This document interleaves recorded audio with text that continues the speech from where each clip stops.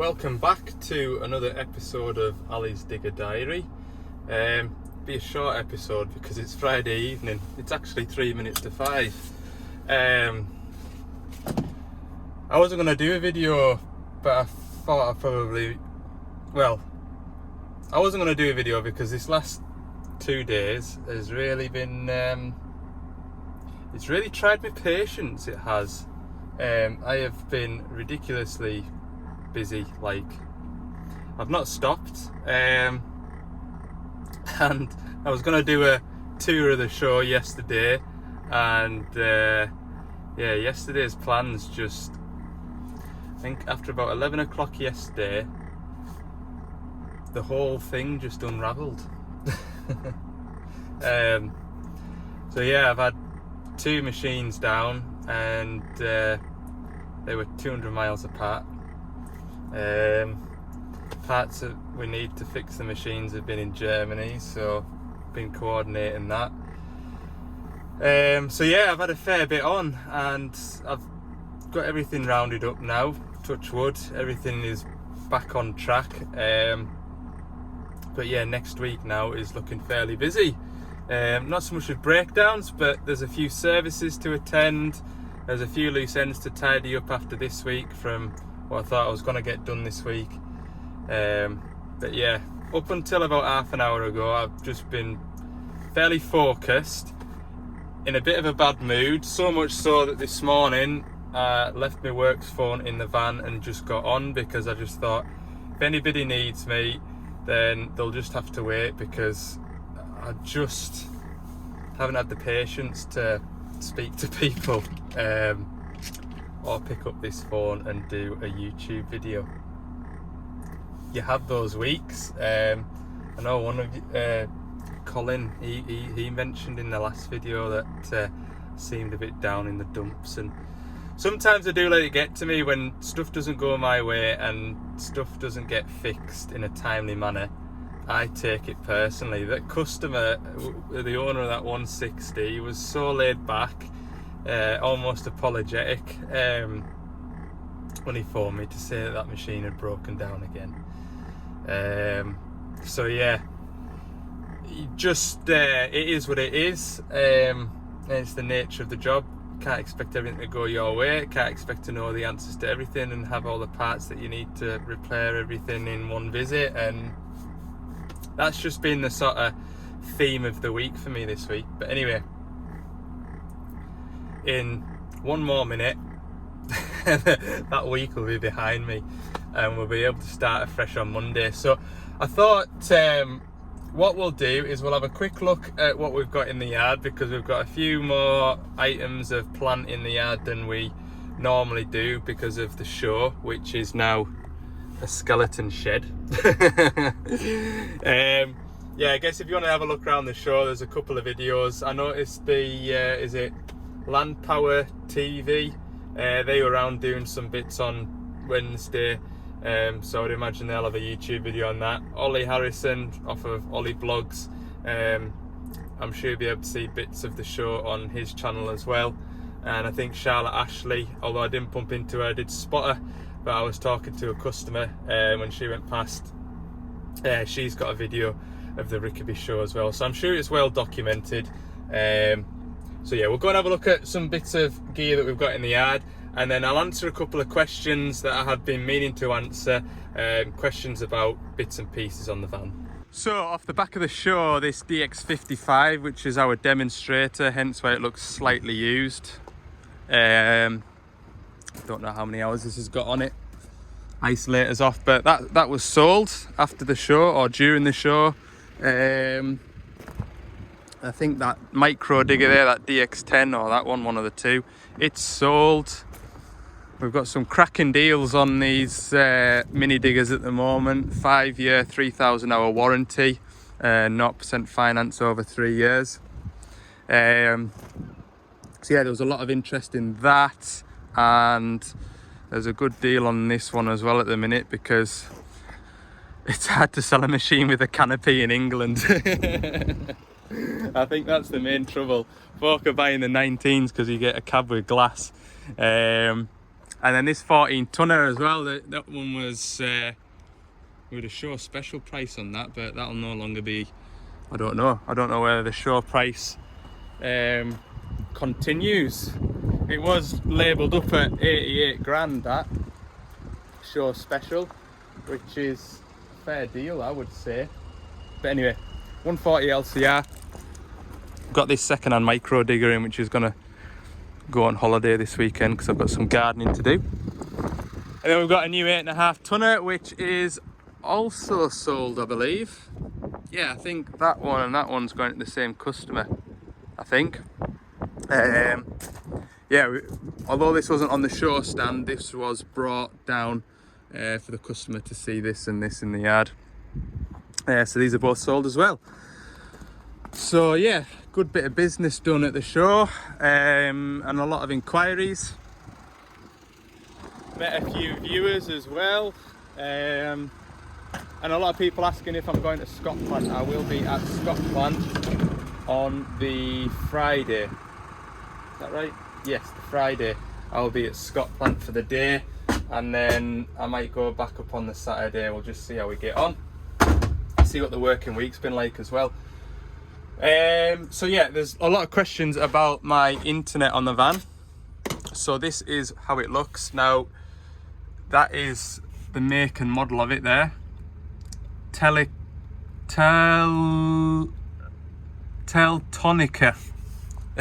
is the make of it. That has got a SIM card in it. That has got a SIM card for the network, mobile network 3. My personal phone is on EE and my works phone is on Vodafone. So generally, wherever I am, I've got a signal, whether it's on that.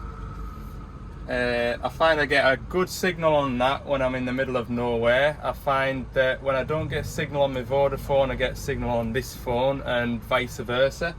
But yeah, it's a good job. It's got a dome on the roof of the van.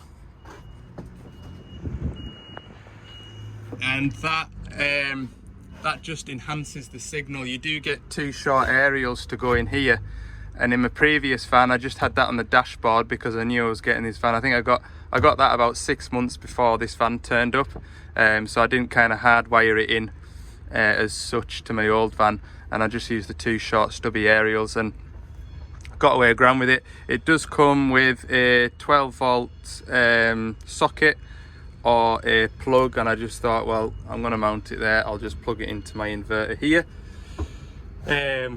So that is my internet for the van, which is pretty good on the whole. Can't complain at all. And I would imagine you can put any prepaid SIM card in there, or any SIM card you wanted, really. So that's what we've got in there. It's on 3. And then my compressor, my little compressor. Now, when I was having bother with that Milwaukee pump, a lot of you were saying, why don't you get a air pump, an air driven pump? We have used an air pump before. I did a couple of loading shovels services in one day, big services as well, and so there was a lad from HQ came down with a compressor, and the air pump was ridiculously slow. It was just like, it was a compressor slightly bigger than that one, and it just went tss, tss, tss, tss, and it took ages. I mean, we had the machines both serviced and we were waiting for oils to go back in them, so I would imagine that compressor would be even slower. But that air compressor has came in so handy, and it's a quiet one. So it's an SIP industrial, and it's 59 decibels, so it's super quiet. It's not too thirsty. It doesn't stall out my inverter, which is there.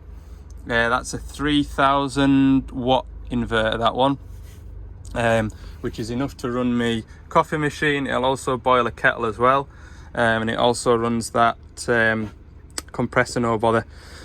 But yeah, that compressor, I didn't know I needed a compressor until I got a compressor, because, oh man, I use it so much just for cleaning stuff out. It's absolutely fantastic. So yeah, this is the aftermath of the last 24 hours. There's oil drums, there's spill kits, there's filter bags and boxes, and there's a suction pipe in there. Had a 210 split the suction pipe. Remember that DX300 in that quarry, and we got that bit of pipe welded up? Well, we've got the new pipe. It's sat in the parts container, and that'll be to fit very shortly, so you will see that. But had another one go on a DX210 this time, which I thought, bet you it isn't the same part, and sure enough it wasn't. The machine was on a, the job was it was a fairly desperate job, like, and yeah, we got one from Germany, and it turned up here at 11 o'clock, which I didn't call bad at all, like, considering that he came on the phone about 4 o'clock yesterday. So yeah, we've got that back up and running. So yeah, the rest of the van, I think you've all pretty much seen. I will, when I get 5 minutes, put Dave's work light in here. And that'll add to the job, although I've been quite happy with this one here. I think a strip light on here it'll be the job like it will. So yeah, I've got a bit more admin to complete now on Monday morning. But Monday's looking busy. I'm going to go back to that Kubota, my mate's Kubota, because I need to get that finished. I meant to go back to that last Friday, didn't I? And I never got round to it. So Monday morning, out to that, do that job, because that's fair. Well, it's very, very local. Get out, do that, come back here, have a square up on the back of the van. And then I've got a digger in town. Do you remember that digger where the boom was dropping? But it was very, very, very, very intermittent. Well, it did it today, so I have to go back and have a look at that. I'm out of ideas with that. Like, I'm gonna have to have a word with my boss, see what he's thinking, because I'm just totally out of ideas with that. The only thing I can think of is the joystick, which I hope it isn't, because they're a nightmare to change. And then I'll try and get, in fact I'll phone him just now and let him know, because he needs a bit of notice. I've got a 140 to service, so I'll do that in the afternoon. So you can have that to look forward to next week. Sorry it's a short video, but you know yourself, when you're in a bad mood, it's the first time really that I've not filmed a working day, because I've been in a bad mood, so I do apologise for that. But yeah, I'll rest up over the weekend, and Monday it'll be a fresh clean sheet. Given that the video's been reasonably short, we're doing a bit of muck spreader in this afternoon. I've done my digger in at home, got all my gardening done, which I wanted to get done first, because, well, I didn't think the rain was coming till tomorrow, but it started spitting now. So we're just taking our first load into the field. Making a right clarty mess, look, but it's travelling well. So yeah, that's what we're on with this afternoon, just doing a bit of mucking. Gonna be a hell of a lot of spring crops. Look at that. The water has done its damage. So yeah, there's this field and the field next door to do, and then there's a midden somewhere in the field over there, I think, to go and clear out. Oh no, there's a midden down at the bottom of that field. Right, we'll lift the door up. Which one was that again? That one. Door goes up at the back. Like that. Not right the way up. Yeah, we'll swing into our row, which you might not be able to make out in the video through these mucky windows. Ooh. About here, right in front of the telegraph pole. And we'll stop, we'll engage the PTO, and then we'll preset revs to 1000. And then we'll put the chain on, which is the moving floor at the back. You can see there, that feeds the muck to the beaters at the back. And we're just making we're making a spreader full last the length of the field. So we're fairly slow what we're doing. 5.5k. We're all juiced up. Plenty of juice. Yeah, it's fairly cold outside, and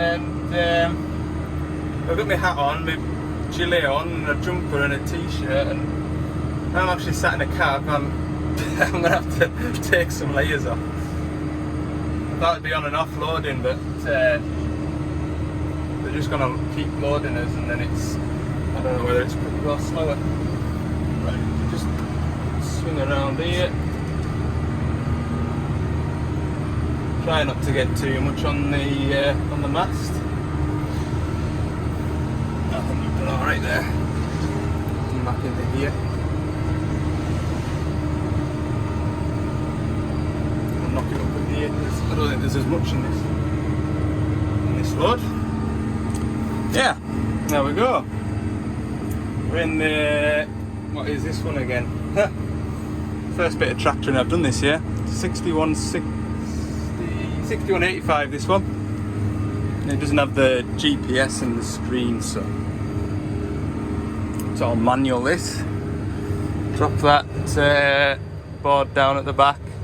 The only thing you need to watch out for when you're muck spreading with a rear discharge, see the door at the back, when you start to see the beaters, you just want to ease it down a bit, just it stops any stones flicking back at you. Although it's although we're digging out of a concrete base, you just never know, do you? Get a hell of a fright if one of them came through.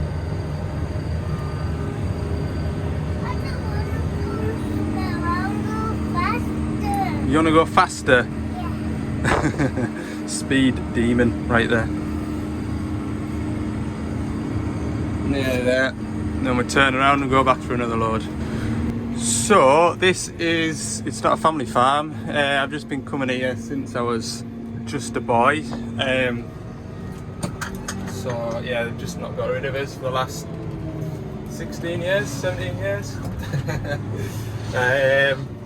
That's for the benefit of the newer viewers, because I often get asked every year when we're combining or silaging or out like that. So yeah, that's that, and we are spreading onto first wheat stubble. So before that it was oilseed rape, and then obviously it would have been the second wheat, but got so far ploughing and then probably got rained off, and now it'll be a spring barley, much like a lot of other crops around at the moment. I mean, look at that. Hellish. But anyway, that's pretty much sums up muck spreading, doesn't it? But on more we need to know. So yeah, I've got a couple more runs in here and we'll go next door. We'll leave it at that. Thanks for watching. Hope you've enjoyed this little video, and enjoy the rest of your weekend. See you in the next one.